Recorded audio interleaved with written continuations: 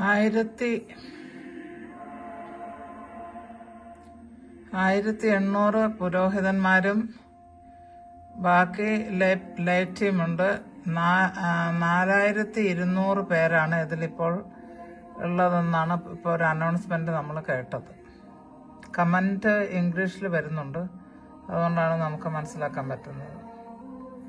എത്ര മഹത്തായ ഒരു കാര്യമാണ്. നമ്മൾ ദൈവത്തെ സ്നേഹിക്കുന്നു, അറിയുന്നു.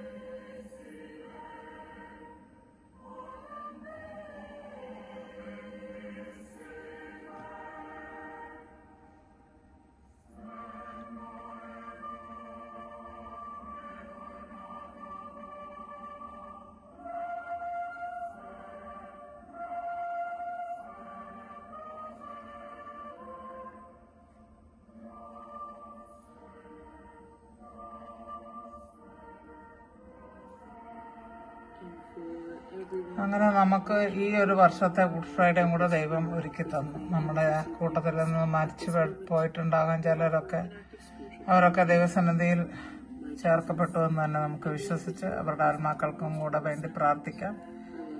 ജയിലിലായിരിക്കുന്ന ആൾക്കാർ ഒരു സെലിബ്രേഷനും ഇല്ലാതെ ഈ വർഷം കടന്നു പോകുന്നു. അല്ല, ഹോസ്പിറ്റലുകളിലായിരിക്കുന്ന വ്യക്തികൾ, അവരെല്ലാം നമുക്ക് ഈ സമയത്ത് അവർക്ക് കിട്ടാത്ത ഭാഗ്യം ദൈവം നമുക്ക് തന്നതിന് നന്ദി പറയുകയും അവർക്ക് വേണ്ടി പ്രാർത്ഥിക്കുകയും നമുക്ക് ചെയ്യണം കേട്ടോ. അതാണ് ഏറ്റവും വലിയ ഒരു ആത്മാക്കൾക്ക് വേണ്ടി നമുക്ക് ചെയ്തു കൊടുക്കാൻ കഴിയുന്ന കാര്യം. ഓക്കെ,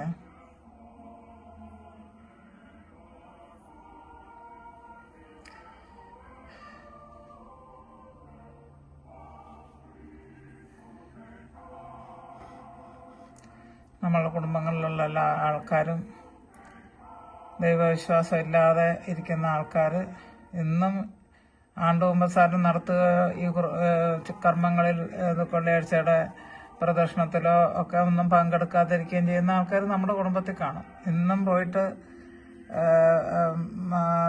വെള്ളം അടിച്ചൊക്കെ പോകുന്ന ആൾക്കാരും കാണും. നമുക്ക് അവരെല്ലാം സമർപ്പിച്ച് പ്രാർത്ഥിക്കാം. കാരണം ദൈവവും നമ്മളുമായിട്ട് നിരത്തപ്പെടാനാണ്, പിതാവായ ദൈവവും പാപികളായ നമ്മളുമായിട്ട് നിരത്തപ്പെടാൻ വേണ്ടിയിട്ടാണ് ഈ ഒരു കുരിശ് മരണം എന്ന കർമ്മം ഈശോ മിശിഹായി ഏറ്റെടുത്തത്. അതിനുവേണ്ടി മാത്രമാണ് സ്വർഗത്തിൽ നിന്ന് ഇവിടെ വന്നത് തന്നെ. രോഗികളെ സൗഖ്യമാക്കിയതും ഭൂതങ്ങളെ ഒഴിവാക്കിയതെല്ലാം അതിന്റെ ഒരു ഭാഗം മാത്രമായിരുന്നു. പക്ഷെ പരമപ്രധാനമായിട്ട് ഈശോ വന്നത് കുരിശുമരണം വഹിച്ച് നമ്മളെ പിതാവായ ദൈവവുമായിട്ട് ആ ഒരു റിക്കൺസിലിയേഷൻ പോസിബിൾ ആകും, ഒരു ബ്രിഡ്ജ് അത് ഇടാനായിട്ട് വേണ്ടിയിട്ട് തന്നെയാണ്. അപ്പൊ ഈ ഒരു ദിവസത്തിന്റെ മഹത്തരമായിട്ടുള്ള ആ ഒരു പ്രാധാന്യം നിങ്ങൾ മനസ്സിലാക്കുന്നുണ്ടെന്ന് വിചാരിക്കുന്നു. ദൈവം ഇറങ്ങി വന്ന് ദൈവവുമായിട്ട് നമ്മൾക്ക് കമ്മ്യൂണിക്കേഷൻ നടത്തുന്നതിന് ഒരുക്കി തന്ന ഒരു ദിവസമാണ് ഇന്ന്. അപ്പൊ നിങ്ങളെല്ലാവരും ഇപ്പോൾ നിങ്ങളെല്ലാവരും ചിലരൊക്കെ പള്ളിയിലായിരിക്കും, അല്ലെങ്കിൽ പള്ളിയിൽ പോകാൻ ഒരുങ്ങുമായിരിക്കും. 3 മണിക്കായിരിക്കും എല്ലാം മിക്കവാറും എല്ലാം പ്രോഗ്രാം നടത്തുന്നത്.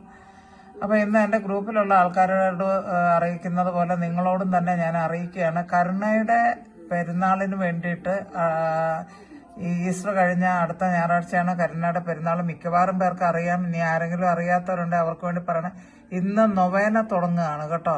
നിങ്ങൾക്ക് അഥവാ അതിന്റെ നൊവേനയുടെ പള്ളികളിൽ നിന്ന് ധ്യാനകേന്ദ്രങ്ങളിലൊക്കെ ഉള്ള ചില ബുക്കുകളിൽ ഇത് കൊടുത്തിട്ടുണ്ടാവണം. അങ്ങനെ ഇല്ലെങ്കിൽ നിങ്ങൾ നെറ്റിൽ നോക്കിയാൽ മതി. ഈ കൂട്ടത്തിൽ ചെല്ലാൻ നിങ്ങൾക്ക് പറ്റും. യൂട്യൂബിൽ കാണും, അല്ലെങ്കിൽ ഇതിൻ്റെ നൊവേന മാത്രമായിട്ട് എഴുതിയത് കാണും.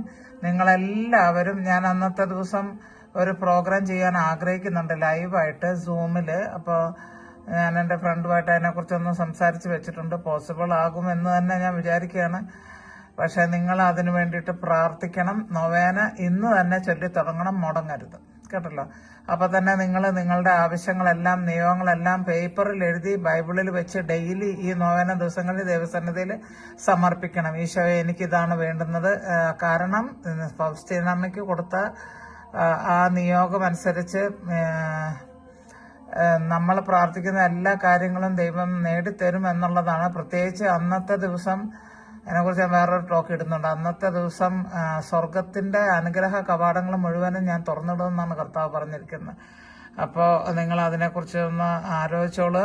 നിങ്ങളുടെ ആവശ്യങ്ങളെല്ലാം എഴുതി വെക്കുക. അതിൻ്റെ എല്ലാം മേളിൽ നിങ്ങൾ ആരായിരുന്നെങ്കിലും എൻ്റെ ഈ യൂട്യൂബ് കാണുമ്പം തന്നെ, ചാനലിൽ നിന്നുള്ള ടോക്ക് കേൾക്കുമ്പം തന്നെ സൗഖ്യം തരുന്നുണ്ടെങ്കിൽ ദൈവത്തിന്റെ വലിയ സാന്നിധ്യം എൻ്റെ ഈ വാക്കുകളിൽ, എൻ്റെ ഈ യൂട്യൂബ് ചാനലിൽ ഉണ്ട് എന്നുള്ളത് നിങ്ങൾ മനസ്സിലാക്കുക. നിങ്ങളെല്ലാവരും എന്താണെന്ന് പറഞ്ഞാലും കരുണയുടെ നൊവേന ചൊല്ലണം. കരുണയുടെ നൊവേന ചൊല്ലിയിട്ട് പിതാവിനും പുത്രനും വരെയും ചെല്ലുക. സ്വർഗ്ഗസ്വനെ നന്മ പറഞ്ഞാലും പിതാവിനും പുത്രനും കഴിഞ്ഞിട്ട് ഒരു കരുണക്കൊന്തയും കൂടെ നിങ്ങൾ ചൊല്ലി സമർപ്പിക്കണം. അതായിരിക്കും അതിന്റെ പരിപൂർണതയിലേക്ക് നിങ്ങൾ എത്തുന്നത്. അല്ല ചില ആൾക്കാർ ഈ കരുണ ആകെ 1 മിനിറ്റ് ഇല്ലാത്ത ഈ ഒരു പ്രാർത്ഥന നൊവേന മാത്രം ചെല്ലിയിട്ട് അങ്ങ് ഇട്ടിട്ട് പോകും. അങ്ങനെ ചെയ്യരുത്. നിങ്ങൾ സ്വർഗ്ഗസ്വന നൊവേന ചെല്ലുക. അത് കഴിഞ്ഞ് സ്വർഗ്ഗസ്വനെ നന്മ പറഞ്ഞാലും പിതാവിനും പുത്രനും പറഞ്ഞതിന്റെ ശേഷം തുടക്കം തുടങ്ങി നിങ്ങൾ ഒരു കരുണയുടെ ജപമാല എത്തിച്ച് സമർപ്പിക്കുക. ആ കൂട്ടത്തിൽ നിങ്ങളുടെ നിയോഗം പറയുക. നിങ്ങൾ എഴുതി വെക്കുന്ന നിയോഗമെല്ലാം നിങ്ങൾ എല്ലാ ദിവസവും ബൈബിളിൽ വെച്ചിട്ട് എല്ലാ ദിവസവും നിങ്ങളുടെ ഈ നൊവേന കഴിയുമ്പോൾ അതെടുത്ത് വായിച്ച് ദൈവത്തിന്റെ സന്നിധിയിൽ സമർപ്പിക്കേണ്ടതാണ്. ഓക്കെ, അങ്ങനെ ചെയ്യുമ്പോഴാണ് നിങ്ങൾക്ക് ഈ കാര്യങ്ങൾ നടന്നു കിട്ടാൻ പോകുന്നത്. എല്ലാവരോടും ഒരു അഭ്യർത്ഥനയുണ്ട്. അതിൻ്റെ ഇടയ്ക്ക് എന്നെയും കൂടെ ഓർത്ത് നിങ്ങളൊന്ന് പ്രാർത്ഥിച്ചോണേ. എൻ്റെ കുടുംബത്തിന് പ്രാർത്ഥനയുടെ ആവശ്യമുണ്ട്. ഞാൻ എപ്പോഴും പറയുന്നുണ്ടല്ലോ, മകളുടെ